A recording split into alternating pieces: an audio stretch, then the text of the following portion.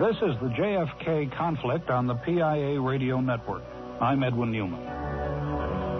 There would not be any question about who killed John Kennedy if one could simply sit down and look at the autopsy report, which is used in most deaths to determine the cause. However, in this case, the original report was never made available. It is not being held in the National Archives or locked away somewhere. It simply does not exist. Dr. David Rohn reveals that. J.J. Humes was the official prosecutor, or the medical doctor, Navy medical doctor, who performed the autopsy of President Kennedy at Bethesda Naval Hospital that night.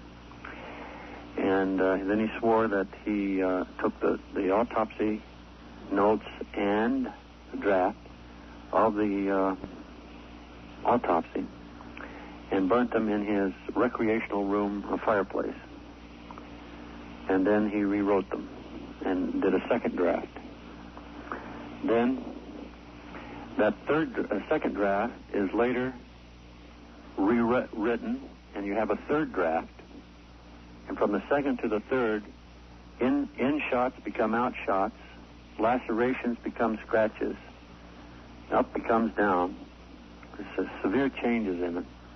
And then the third draft is later changed to a typed copy. In a typed copy, that typed copy is later has some minor changes for the fifth and printed copy. There is no solid autopsy of John F. Kennedy. Dr. Cyril Wecht agrees that to call the autopsy a shoddy piece of work would pay it a compliment. The autopsy, without any exaggeration, is one of the poorest medical legal autopsies I have ever seen. I have been doing consultations privately and governmentally for more than 25 years, and I've seen some pretty lousy medical legal autopsies. This is one of the worst. So it's truly staggering. It's mind-boggling to think that in 1963, in the United States of America, the president of the country has been shot, and the postmortem examination is performed by two pathologists at Bethesda who have never had any training, experience, and then never acquired any expertise in forensic pathology. At this point, the language gets a little rough. If you're squeamish, consider this a warning. Wecht tells us that there were serious irregularities regarding the handling of the president's brain. In the lab, the doctors performing the autopsy did an incomplete job. 2 weeks later, they went back to examine the brain, which had been fixed in formalin. Now, that's a quite proper procedure to have a brain fixed in formalin for 2 weeks in order to let it become more firm and therefore more amenable to serial sectioning in order to trace out a bullet wound. They went back. That supplemental examination was performed on December 6th, 1963, and the official report says that the brain is not sectioned in order to preserve the specimen. So can you imagine? Here they save the brain specifically for the purpose of sectioning it. You know, they do it in parallel cuts every quarter to half inch, and after the brain's been fixed in formalin for 2 weeks, you can trace out a bullet wound with a beautiful anatomic course as it proceeds through the brain. And yet they did not do that which they clearly had to do. I believe there was a reason for that, just as I believe there was a reason that the brain is no longer around. And the reason is that they were fearful of what would be revealed by a dissection of the brain in terms of how many bullets or how many bullets and fragments hit the president, and what was the angle and the trajectory of those bullet fragments through the brain. Then, in 1971, after tremendous effort, Dr. Cyril Wecht gained access to the National Archives and made a shocking discovery. The big discovery, which, of course, was known to other people previously, but which had never been disclosed, was that the brain was missing. I found the documents which showed that the brain had been sent over to the National Archives in March 1966, when all of the autopsy materials, which had been in the possession of Admiral George Berkeley, the White House personal physician, had been taken over to the National Archives. Then 6 months later, when they did an inventory on those same materials, which purportedly had never left the National Archives, that inventory no longer listed the brain, as well as some microscopic tissue slides and some Kodachromes of the internal chest wounds.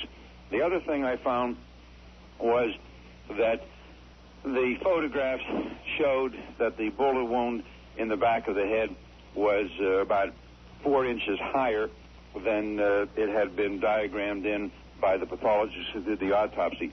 Now, that finding had been noted in 1968 by a special panel appointed by then Attorney General Ramsey Clark, as I found out later, but which had not really been revealed publicly because that panel more or less corroborated the ultimate findings of the Warren Commission.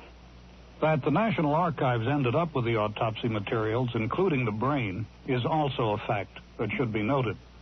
When somebody dies, the bullets and the weapons used to kill that individual, or whatever it might be, knives and clubs and so on, they don't become the property of the widow of the deceased. There's never been any such situation in the history of United States criminal jurisprudence. It's a joke. The problem that they had was that once the case was adjudicated to be over, that is, once Oswald was killed, as he was on Sunday, November 24th, 1963, less than 48 hours after the president had been killed, and once the Warren Commission came down with its findings that Oswald was a lone assassin and that no one else was involved in the conspiracy, then, of course, the case was, for all intents and purposes, over. Therefore, the autopsy materials could not be kept in a locked safe forever. The government knew that, so somebody, and I don't know who, some clever attorney or a group of them came up with the idea, why don't we say that these things belong to Mrs. Kennedy? Then, as her private materials, she can give them to the National Archives, and she can stipulate anything that she wants to. Why did they not want these things seen? Because they knew that there were already many criticisms pertaining to the actual medical and scientific findings. They knew that there were an awful lot of questions being raised about the entire investigation and the way in which the Warren Commission had covered up things. They knew that if they made these things available to independent, non-military, non-government appointed forensic scientists, that they would have more of a problem on their hands. The disappearance of the brain and the shoddy condition of the autopsy did not go unnoticed. Author David Lifton wrote the book Best Evidence, and he says that after his investigation, he too came up with a shocking conclusion. The basic thesis of Best Evidence is that President Kennedy's body was secretly altered between the time of the shooting in Dallas, Texas, that's about noon that day, and 6.5 hours later when the autopsy was performed at Bethesda Naval Hospital outside Washington, D.C. By altered, I mean the removal of bullets from inside the body and the surgical changing of wounds on the surface of the body, so that the president's body at autopsy was a medical forgery. It told a false story of the shooting. That false story became the Bethesda autopsy report, which was, in turn, the legal foundation for all subsequent investigations, so that the conclusions of the Warren Commission that President Kennedy was shot twice from behind are, in fact, rooted in the autopsy report, and if I'm correct, that, in turn, is based not on what happened in Dallas, but on a medical forgery, the altered body of President John F. Kennedy. But why? Why would the body of the president be altered? Lifton says it was done as part of an elaborate cover-up. President Kennedy's body was altered to make it appear that Lee Harvey Oswald was the assassin. Or to put it differently, to make it appear that the shots came from the rifle found at the 6th floor of the Texas School Book Depository building. So the basic story built on the altered body is that a man in a building shot a man in a car. And that's the Warren Commission version of the assassination. And if I'm correct, that is a fabrication. In fact, the shooting took place some other way. And by altering the body, those who were involved were able to divorce the act of shooting President Kennedy from rewriting, falsely the history of how he died by inscribing false wounds on the body and then planting some pieces of ammunition, one found in a stretcher and two found that night in the car, which would link the gun behind the motorcade to the shooting which took place in the street below. It would be similar to what would happen if you walked into the autopsy room and saw someone with a briefcase full of money telling the autopsy doctor to write false conclusions. Well, immediately you'd understand what that meant. You'd say, oh, a conspiracy to obstruct justice. Well, that didn't happen in this case. In this case, the doctor doesn't lie to the investigation. The body is made to lie to the doctor. Lifton alleges that the body was altered between the time the plane landed in Washington at Andrews Air Force Base and the time the autopsy was done at 8 o'clock that night, in a 2-hour period. Then there was a gathering at Bethesda Naval Hospital for the autopsy. Paul O'Connor was present at the autopsy. He later spoke with Lifton. What he says is that when the president's body arrived, he was the one that opened the shipping casket and opened the body bag. And the sheet was drawn back, and there was a gasp in the room. He said, and he looked down, and he said, my God, there's no brain. Now, his reaction from the outset was the brain was blown out of the head. He didn't interpret this as being something illegal, that the brain had been medically removed. He just thought the brain had been blown out of the head. And this is a matter of perception, of course. But anyway, the brain was not there. Wild claims, to be sure, but Lifton claims to back them up. A man named Billy Harper found a piece of bone on the ground in Dealey Plaza where the assassination took place. Lifton picks up the story from there. Harper found a piece of bone. He brought it to the day after the assassination. He brought it to his uncle, Jack Harper, who was a pathologist at Methodist Hospital in Dallas. Jack Harper looked at the bone and said, this is occipital bone. This was reported to the FBI, and they came by and took the bone, took possession of it, and sent it to Washington. Now, what's important about that is that according to the x-rays exposed at Bethesda Naval Hospital, the occipital, which is at the back of your head, by the way, at the bottom of the back of your head, President Kennedy's occipital is not missing. It's there in the x-rays because they've got the hole, by the time they take the x-rays, at the forward right-hand side of the head in the frontal-parietal area. So here we have a situation where the occipital bone of Kennedy, unless someone else had their head blown off in Dallas, and young Harper found a piece of his head in the grass. That's ridiculous. So a piece of President Kennedy's occipital was found in Dallas the day after the assassination, yet is on the x-rays that night at Bethesda. The record of such an event would be, you might think, an important historical piece of evidence. Such records do not exist. The bone, Dr. Harper's report on what was found, and some photographs taken of the evidence all disappeared after they were turned over to the Secret Service. When the autopsy was finally completed by the government, it supported the theory that one man did the shooting from the Texas Book Depository. Not everyone agrees with Lifton's conclusions that the body was altered, just as not everyone believes in the authenticity of one of the most remarkable pieces of evidence in the shooting, a home movie taken that day by a Dallas resident, which we'll...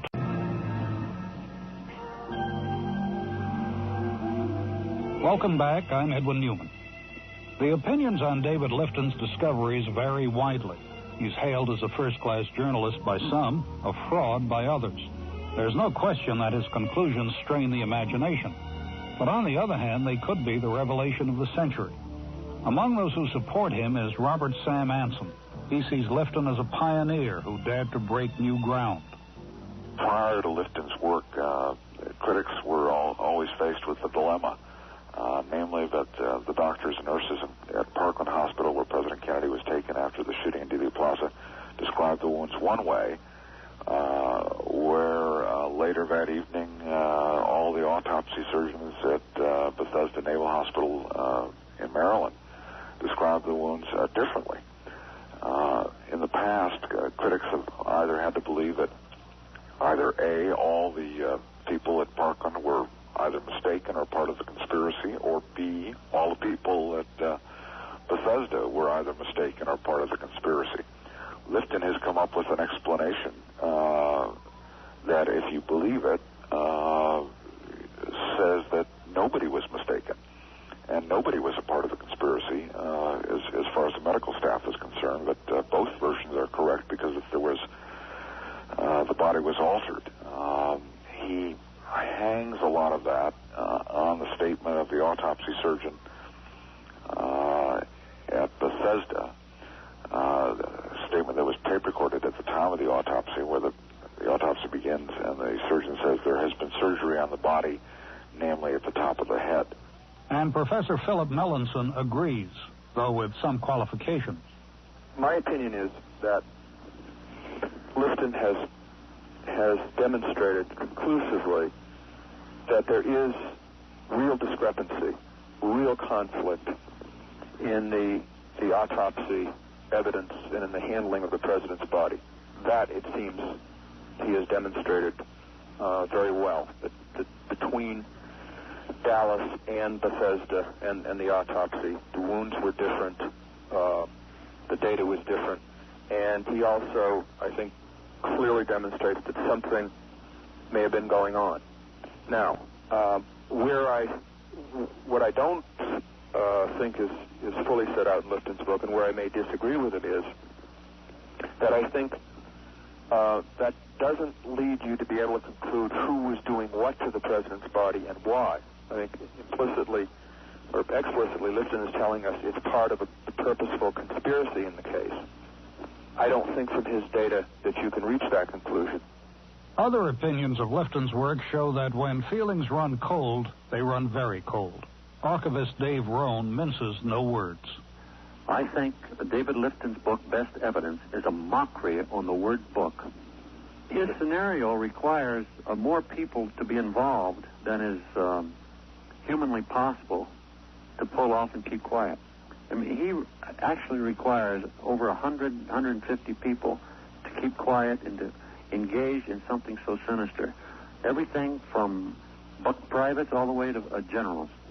You just can't pull that off. Jean Davison is one of the researchers who believe Oswald acted alone. She scoffs at Lifton's theory and other scenarios of conspiracy. If you ask the conspiracy people to give you not just little tidbits like, oh, the Secret Service stole this, or where's the president's brain, or, you know, why did it look like he had a throat wound in the front, from the front, but have them explain and go ahead and give their scenario of what happened. Okay, if he was hit from the front, where did the bullet go? Why isn't there an exit wound on the back?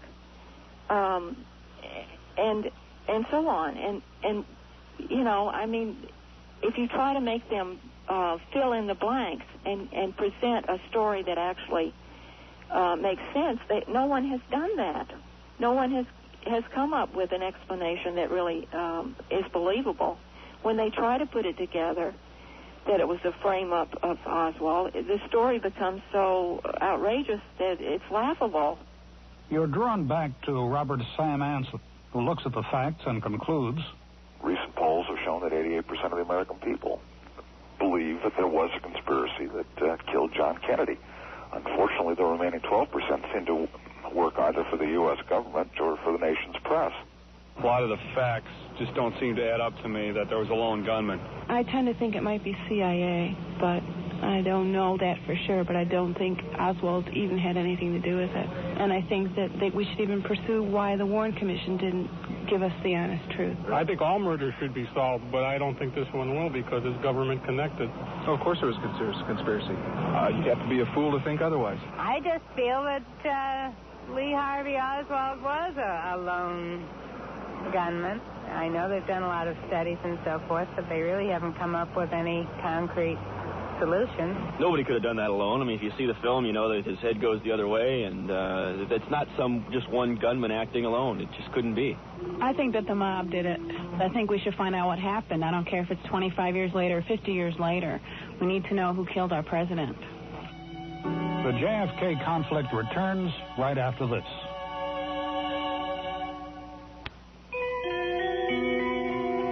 The JFK conflict continues on the...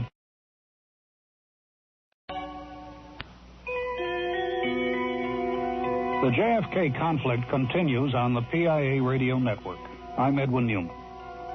With what we've heard so far, it would appear that all the evidence of the Kennedy assassination comes in bits and pieces of government files and autopsy reports. But a startling thing happened. While the assassin's bullets were striking their target, a man was standing on the hillside with a movie camera. This may not seem so unusual because if the shooting occurred today, there would be video cameras galore. But the year was 1963, and such things were still a rarity. And as the Kennedy motorcade made its way through Dealey Plaza, a man with a camera was making a historic home movie. Abraham Zapruder was a dress manufacturer in Dallas, and on November 22nd, 1963, took his 8mm camera down to Dealey Plaza, where he planned on filming the president. And what he ended up with on film was the record of a murder. It is the clearest documentation of what exactly happened during those 6 seconds in Dallas. 6 seconds, an incredible record of history.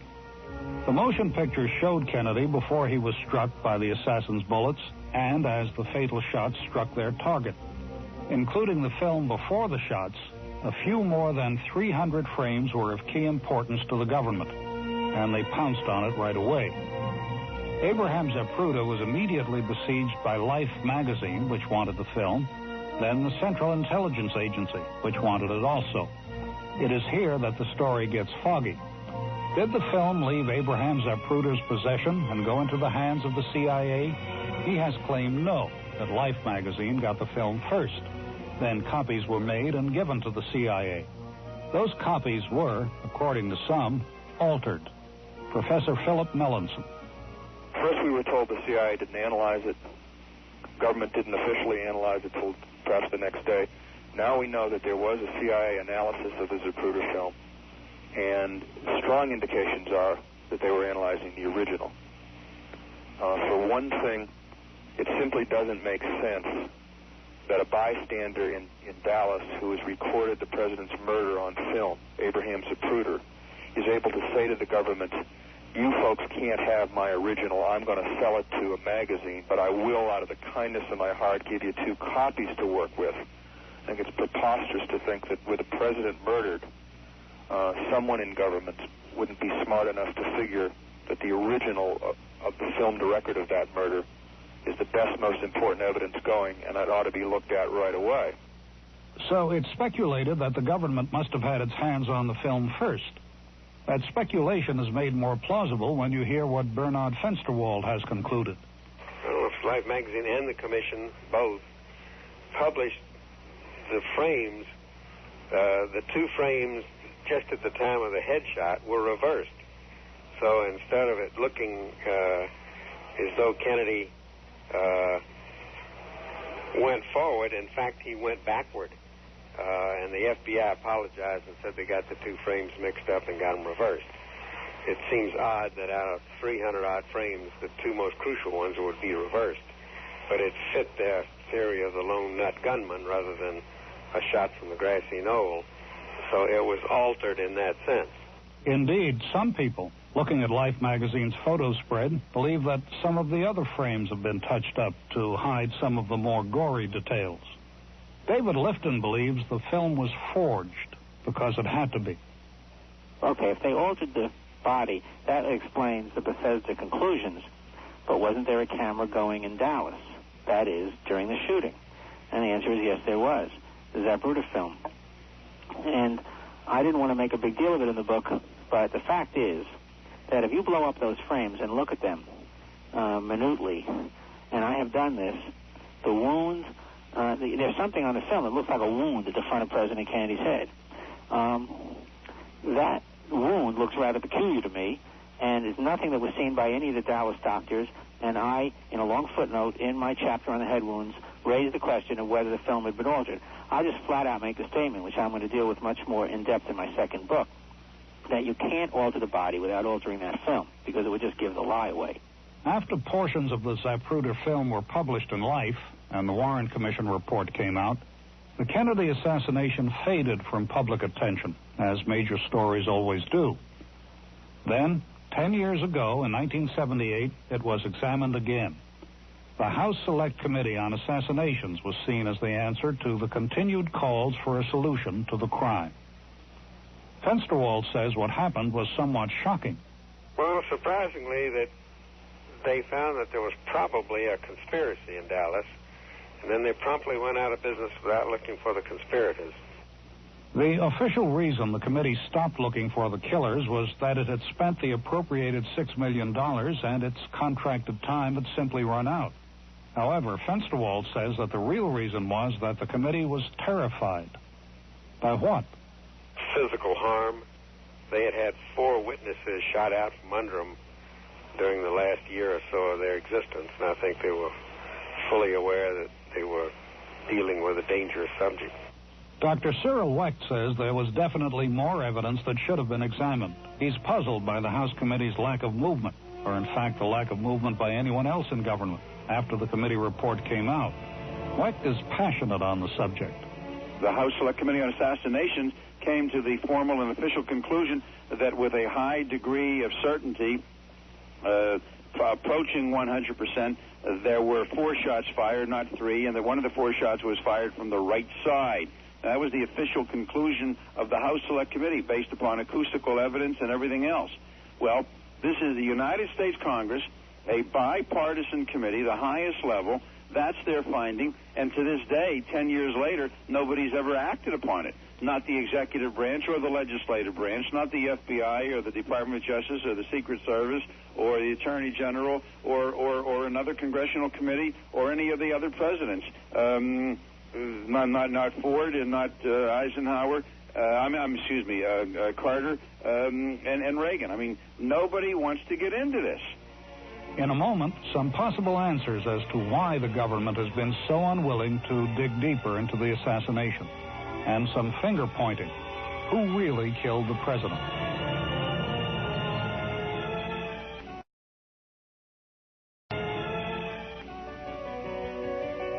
This is the PIA Radio Network. I'm Edwin Newman.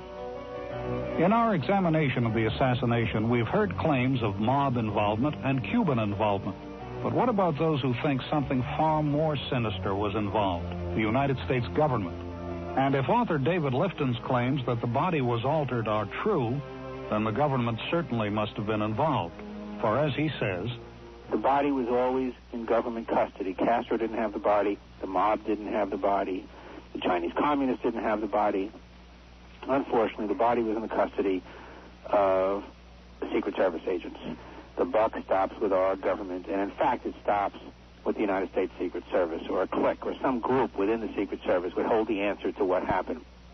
So, Lifton concludes, the assassination had to be an inside job. Most other researchers give the government a lesser role. They believe that the government was involved in a massive cover-up for reasons that are just now becoming clear. The CIA had, through the years, beginning with OSS in World War II, used the mafia to perform a number of dirty chores that the CIA didn't want to tarnish its image with. And they led up to these attempts against Castro's life. And it was clear to me, looking at Oswald's background, that he did have, at least during his period in New Orleans and prior to that, while he was in the Marine Corps and subsequently while he was in the Soviet Union as a so-called defector, but he had very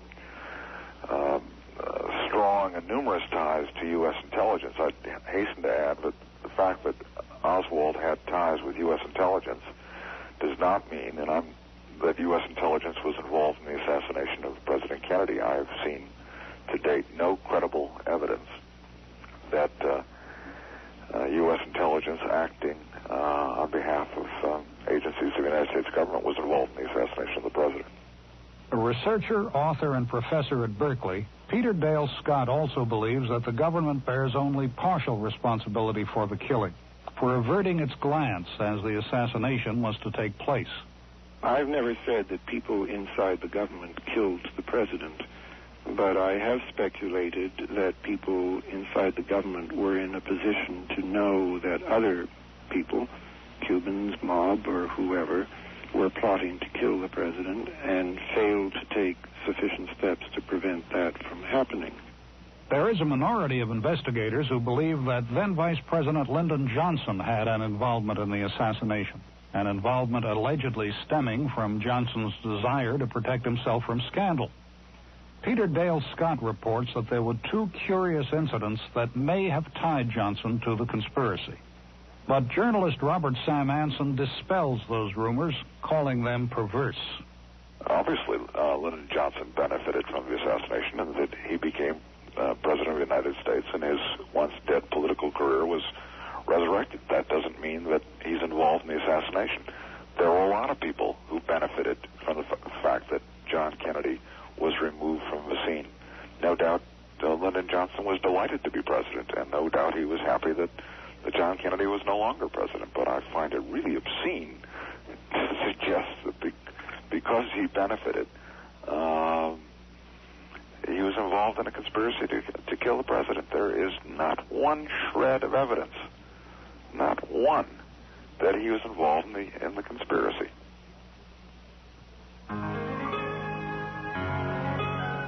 Here is what we've learned so far. First, what we all know. John Kennedy was shot to death while riding in a motorcade in Dealey Plaza in Dallas. We've heard that Kennedy was on a number of enemy lists, including organized crime, in particular Jimmy Hoffa, Santos Trafficante, and Carlos Marcello, Fidel Castro, anti-Castro forces, and even Lyndon Johnson. We know that Lee Harvey Oswald was a troubled young man who had served in the military and had an intelligence background. We also know that Oswald had spent time in the Soviet Union. We've heard how Jack Ruby not only had mob connections, but also how he talked with major mob figures just days before the assassination. There have been allegations that the FBI investigation was handled badly, on purpose, to cover up government cooperation with organized crime. And we've heard how the president's body may have been altered to keep the crime a mystery. And we heard how the later government investigation was called off, perhaps because many of their witnesses were dropping like flies. So where do we go from here? The experts disagree. Bernard Fensterwald. I think it will be solved. I don't know how long it will take. Virtually all of the evidence that was around in 1963 is still around, and there's a great deal that's been withheld, which eventually will be released. I can't think of any reason why it won't be solved. More is being withheld than has disappeared. Which indicates that he believes the case can be solved, and could have been all along. I think it could have and should have.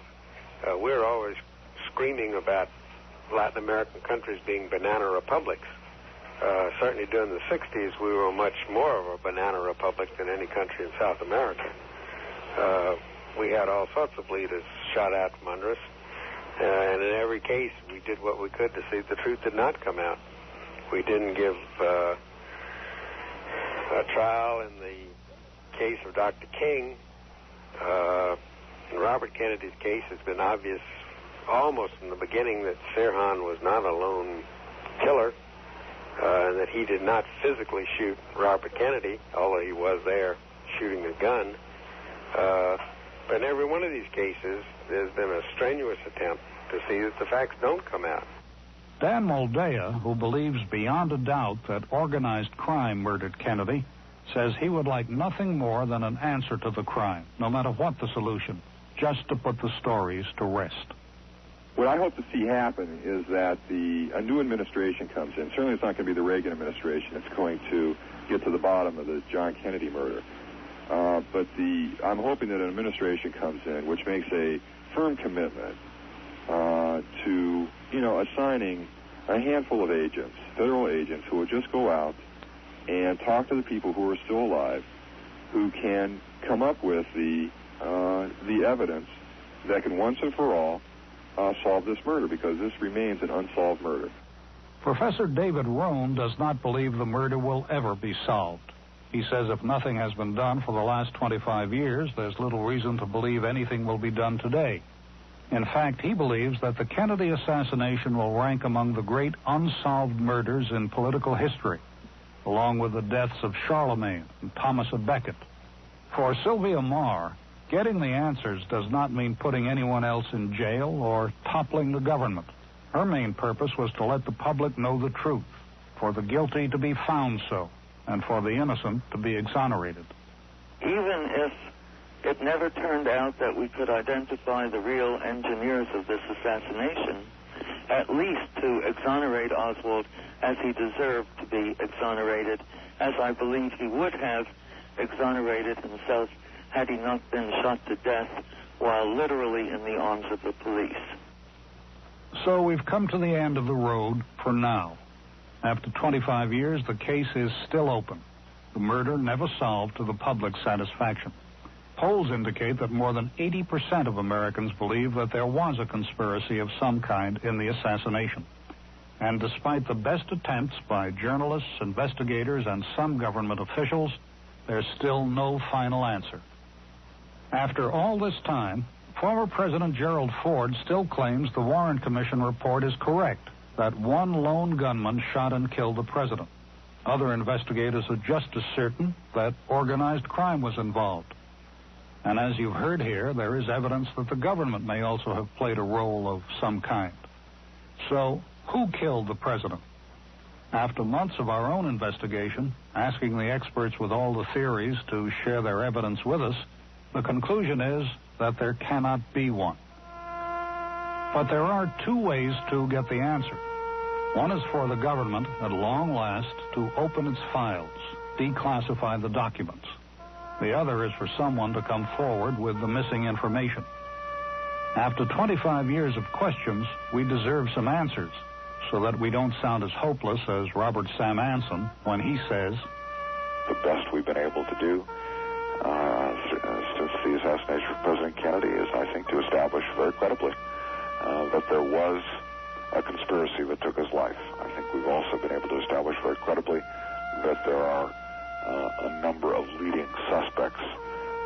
The precise identity of those suspects, whether they'll ever be apprehended, much less brought to trial, whether indeed they're even still alive, I don't think any of those are questions that are ever going to be resolved. I think this is just going to be an event that changed our history for the worse and is going to continue to torment us." This is the PIA Radio Network. I'm Edwin Newman. Back with the JFK conflict after this. There's someone out there who has the missing pieces. Write to us at the PIA Radio Network, Post Office Box 6427, Chicago 60680. Once again, Post Office Box 6427, Chicago, Illinois 60680. I'm Edwin Newman.